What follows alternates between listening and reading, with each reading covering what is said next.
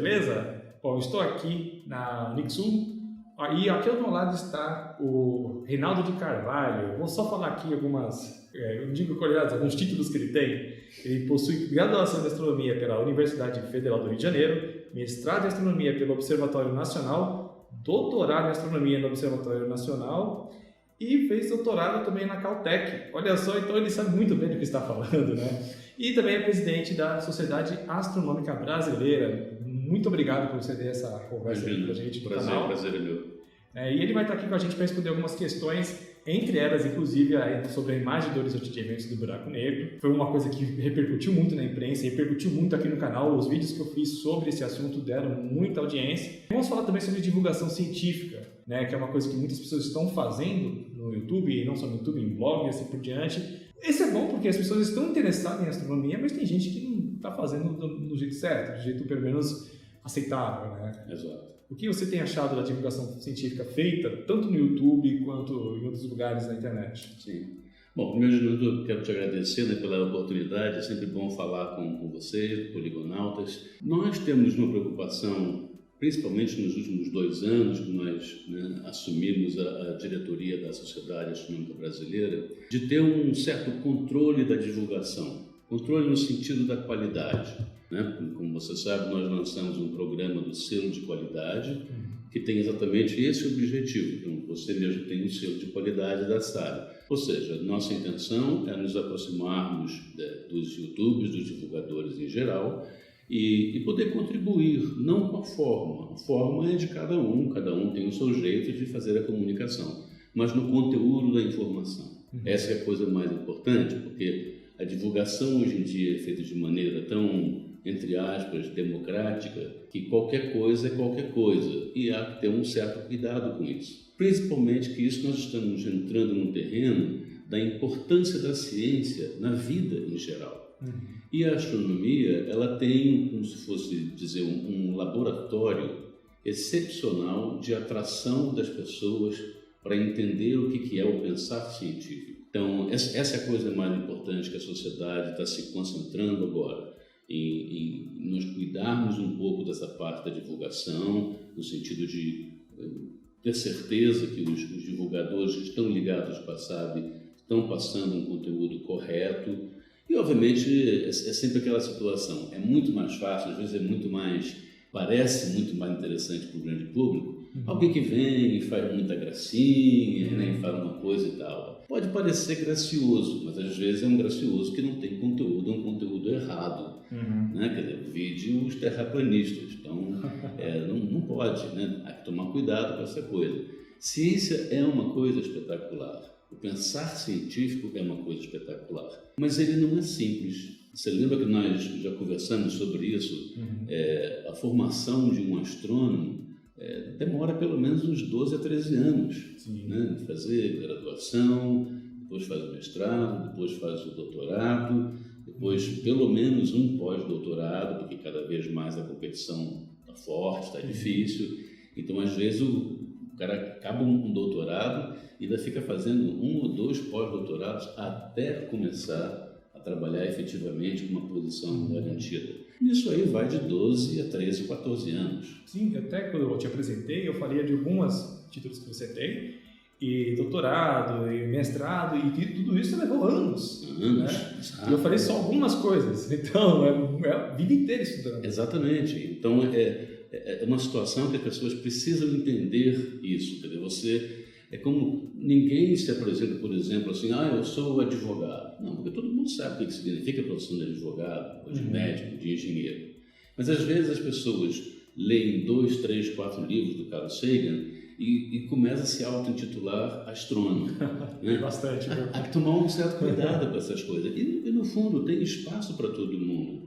Né? Quer dizer, é importante o trabalho dos divulgadores que fazem. Veja o teu trabalho, a importância do que é levar o conhecimento de uma maneira clara, né? Sempre limitada.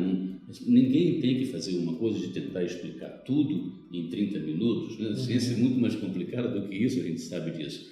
Mas, pelo menos, também a gente sabe que o público quer ser especialista em tudo da astronomia, mas eles querem ter uma ideia clara do que é o universo, onde é que as coisas estão acontecendo E principalmente uma coisa que essa semana mesmo eu vi um documento que não foi escrito na Europa, não sei muito bem o organismo que escreveu, acho que foi o ESO, onde eles elencaram todas as coisas da nossa vida em geral que vieram da astronomia.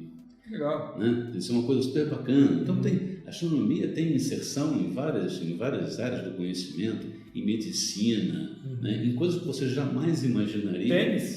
Tênis, por exemplo, né? Bom, câmera fotográfica, essa câmera digital que estamos gravando aqui. Exatamente. Né? Na década de 50, 40, tiravam-se placas fotográficas. Acho que a juventude hoje em dia acho que nem sabe o que significa placa fotográfica, é uma coisa tão, um fóssil do passado e tal, né? Então é isso, né? Quer dizer, é importante também trazer esse aspecto. Astrônomo, as pessoas talvez, se olhassem um astrônomo no trabalho diário, talvez perdessem um pouco do glamour que parece ter. Eles acham que o astrônomo vai ficar só olhando para a estrela, não é? Exatamente, esperando uma ideia assim, aparecer. E não, tem um trabalho sério. Né? Quer dizer, hoje em dia a astronomia é muita computação, é muita estatística e, como sempre, é muita física também. Então, é importante trazer um pouquinho desse aspecto da realidade do que a profissão é. Claro que o público em geral, o leigo, não quer saber de todos esses detalhes, não precisa mesmo, mas ele quer ter uma informação correta. Né? Eu acho que esse é o ponto mais importante. Sim, como você acabou de falar, né, tem muitas pessoas que lêem um livro ou outro do Carl Sagan ou qualquer coisa do Stephen Hawking e se acha já um astrônomo, né? Eu sempre me apresento no canal como um ator, né, uma pessoa que é um entusiasta do ramo, mas que eu tenho apoio dos astrônomos, da Sociedade Astronômica Brasileira, para fazer meus roteiros e entregar esse conteúdo para vocês. Eu sou uma pessoa que gosta muito de astronomia e tem um auxílio, então acho que é interessante essa união do comunicador, que é, no meu caso, sou um comunicador, com a parte científica, os cientistas mesmo. Então, eu acho que quem quer fazer divulgação científica, mas não é da área, tinha que procurar alguma coisa assim, né? O cara fala de biologia, mas ele não é formado. Procurar pessoas no meio da biologia para dar um suporte. Exatamente. Porque senão corre o risco de falar muita besteira. Exatamente. E eu acho que é importante isso, porque também tem muito astrônomo, muito profissional, que também não tem muito interesse de fazer divulgação. Às vezes a intenção dele mais é fazer pesquisa mesmo, ele quer fazer pesquisa, ele não quer fazer comunicação em geral. Sim. Mas ele pode dar uma contribuição para aqueles que querem fazer a comunicação. E é fundamental. Né? A gente vê cada vez mais, é até um retorno social também, que a grande maior parte da comunidade astronômica brasileira são financiados pelo governo federal, trabalham em universidades federais, instituto de pesquisa, ou seja, é dinheiro do contribuinte. Sim. Então, é uma obrigação dos astrônomos, dos cientistas em geral, também dar um retorno para a sociedade e explicar para eles o que eu estou fazendo com o dinheiro de vocês. Então, essa é uma coisa importante. Por mais que a gente entenda que muitos astrônomos, a grande maioria realmente não quer fazer divulgação, quer fazer pesquisa, mas daí a importância dessa ligação dos divulgadores com os cientistas em geral. E uma coisa também, a gente está falando de divulgação boa, divulgação ruim na internet, e ela, como não tem muito critério, o YouTube não tem muito critério de quem vai postar o vídeo, de que assunto será abordado, as pessoas confundem muito conteúdos que são científicos de verdade e pseudocientíficos. Eu li hoje de manhã no El País uma notícia de que um pai perdeu um filho porque ele parou de fazer a quimioterapia porque um curandeiro da internet falou que se ele vivesse tomando umas vitaminas X, lá que eu não lembro quais são, ele seria curador do câncer, né? E o filho morreu. E o cara se lamentou porque por causa de um vídeo de YouTube o cara perdeu o filho dele. É então tem muito essa coisa, né? O YouTube não tem muito critério. O pessoal, pro leigo, é tudo ciência. Exato. E não é. E essa é uma boa oportunidade para a gente falar sobre essa separação, né, do que é a ciência e do que é a pseudociência. Karl Popper foi o filósofo que talvez tenha feito um trabalho fundamental nessa demarcação do que ele chamava de uma demarcação entre ciência e pseudociência. E ele o fez dizendo que uma teoria, para ela ser considerada científica, ela tem que propor um teste dela mesma que prove se ela está certa ou está errada. Um grande exemplo, agora que nós temos a celebração dos 100 anos do eclipse de Sobral, né? Essa celebração talvez seja a celebração mais importante da história da ciência. Por quê? Porque o Einstein, em 1915, tinha formulado a teoria da realidade geral, né? Depois da restrita. E só que, como uma teoria, precisa ser provada. Sim. E o próprio Einstein, ele tinha uma ideia de como fazer isso. Então, a ideia é que, ao contrário de Newton, né, da formulação newtoniana, para o Einstein, um feixe de luz, ele responderia ao campo gravitacional do Sol. Então, o feixe de luz faz uma curva em torno do Sol para chegar até a gente. Então, ele propôs um experimento que era observar, só você pode observar o Sol durante um eclipse. Né? Sem eclipse não dá para olhar para o Sol. Adeus retina. Exato. Então, ele fez essa proposta. Em 1919, foram lá os ingleses, americanos e brasileiros, fizeram uma missão em Sobral, que era o lugar mais adequado para fazer observação, e provaram aquilo da realidade geral. Então, esse é o ponto da ciência. Na ciência não tem crença. Eu não acredito que, ou eu acho que. A ciência, ou ela sabe, ou ela não sabe. E, em geral, a gente não sabe muito mais do que a gente sabe. Mas aquilo que a gente sabe está sempre dentro de um escopo de uma teoria provada. Então, esse é o grande pilar que separa. Pseudociência não tem isso. A astrologia não tem uma separação, eles não propõem um teste para fazer, né? Nenhuma delas. Você vê que mesmo uma coisa simples como toda essa questão da Terra plana, os gregos já faziam um teste que hoje em dia a própria IAU está coordenando agora, né, experimentos no Brasil inteiro, no mundo inteiro, na verdade, que é um experimento simples de fazer para você mostrar a curvatura da Terra. Tinha o Eratosthenes também, né? Exato, exatamente, o teste dele que propõe, e simples de fazer isso. Né? Então as escolas estão fazendo isso. E é assim que se começa. Começa lá na escola, mostrando como é que a ciência funciona. Né? Todo um processo lógico do pensar, do experimento, o rigor do experimento. E daí nós temos uma quebra em Galileu. Galileu foi considerado efetivamente o pai da ciência moderna por conta disso. Galileu trouxe essa percepção da importância do controle da observação, de como era fundamental você medir e medir cada vez mais com maior precisão, porque isso é que vai dar validade à sua teoria. Uma teoria não tem sentido se ela não é demonstrada, se você não faz um experimento que prove que ela está certa ou que está errada. Né? Há que ter isso. Então, essa é uma coisa importante e daí a divulgação tem um papel importante também, percebe? Porque na divulgação a gente pode trazer cada vez mais esses elementos da ciência, para que o grande público perceba que não tem mágica. Agora, a ciência é uma coisa, ciência demora tempo. Né? A ciência não dá resposta em 4, 5, 10 anos. É um processo acumulativo de conhecimento. Né? Se você pensar hoje em dia, a gente vê jogos de futebol acontecendo em tempo real na Europa e tal. Se nós podemos fazer isso, tem um satélite artificial lá em cima retransmitindo. E isso só é possível porque há 350 anos atrás, Newton fez a pergunta: se a maçã cai, por que a lua não cai em cima de mim? Que para a época talvez fosse uma pergunta absurda ou idiota. Mas 350 anos depois, revoluciona a humanidade. Exatamente. Então, ciência, esse é o critério da ciência. Ela demora, mas quando funciona, ela é transformadora. Não, e é interessante você falar dessa coisa da astrologia, né, de toda essa pseudagem que as pessoas confundem com ciência.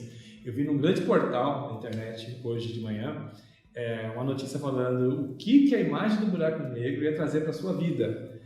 Como se fosse Mercúrio entrando e não sei o que, vai afetar a tua vida, você sabe aquela coisa bem da astrologia, conseguir encaixar isso no buraco negro. Então eu aproveito esse gancho para você falar um pouco também dessa imagem do buraco negro que mexeu tanto com as pessoas. Essa imagem do buraco negro traz um aspecto muito interessante da divulgação científica em particular.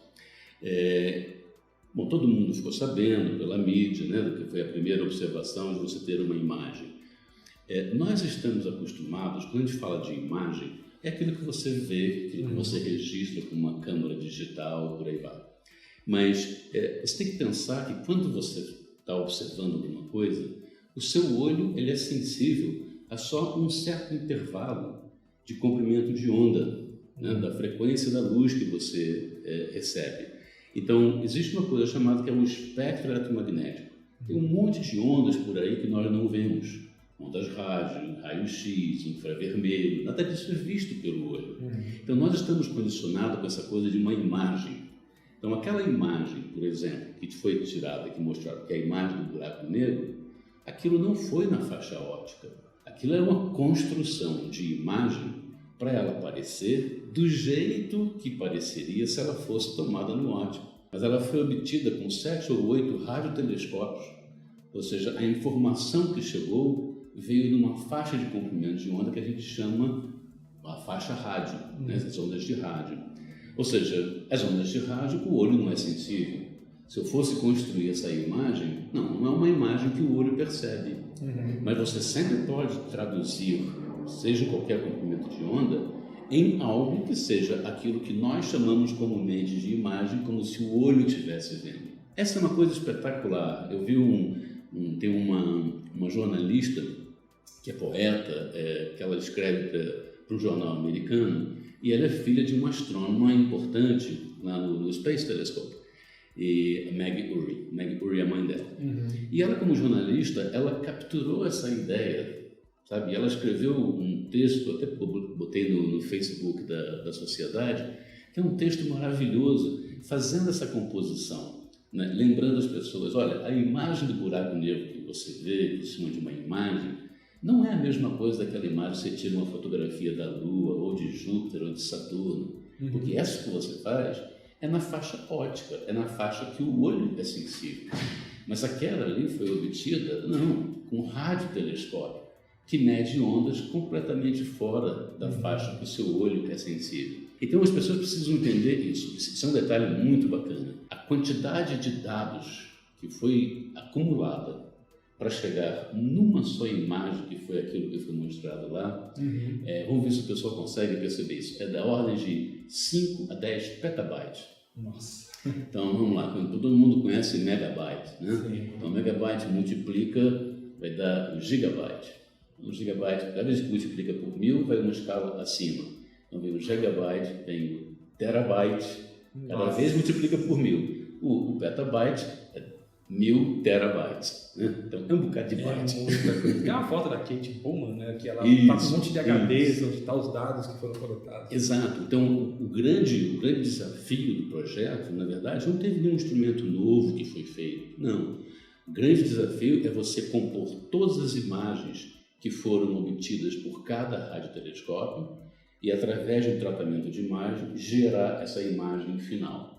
Então, você vê que a ciência, às vezes, tem essas coisas que, de certa forma, até nos remete a alguma coisa quase que poética. Né? Por isso que essa matéria foi escrita por uma jornalista e poeta.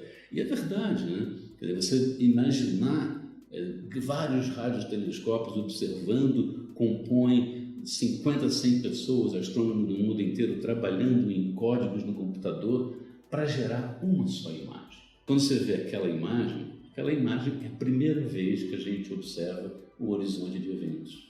Incrível. Né? Quer dizer, é um negócio espetacular. Né? Muita gente me perguntava, mas é aquelas cores, a cor é aquela... Não, aquelas são cores falsas, não são cores verdadeiras. Né?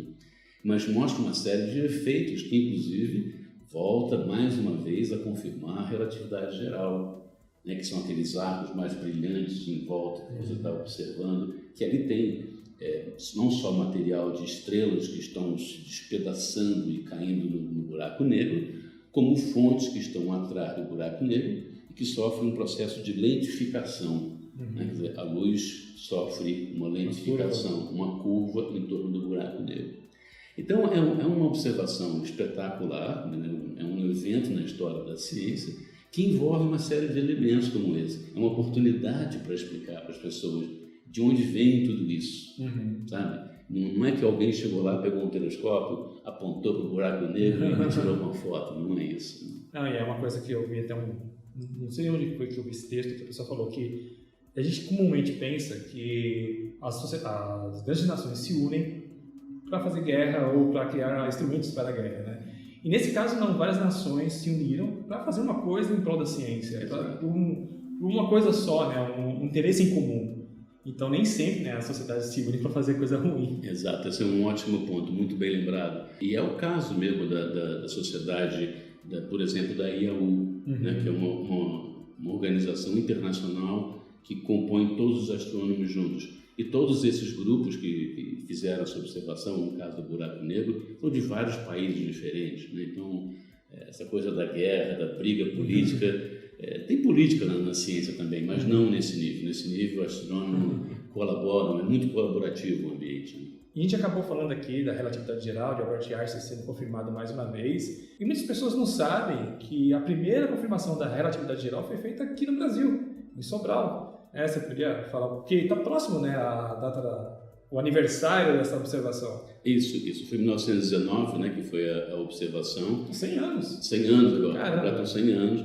E o centenário vai ser celebrado agora no final de maio, de 28 a 30 de maio. Vai ter um evento internacional, um evento que vai além de todo o escopo científico, vai ter uma série de atividades juntando a cidade inteira, essa é a intenção. Né? Isso é um evento muito importante para nós, porque é uma oportunidade para nós refletirmos sobre o estado atual da ciência no Brasil e o porquê que nós, por exemplo, no Brasil, não catapultamos a ciência após um fenômeno como aquele observado em 1919. É muito comum em outras comunidades científicas a gente ver que quando alguma coisa acontece, aquilo faz com que a atividade científica daquele país cresça muito.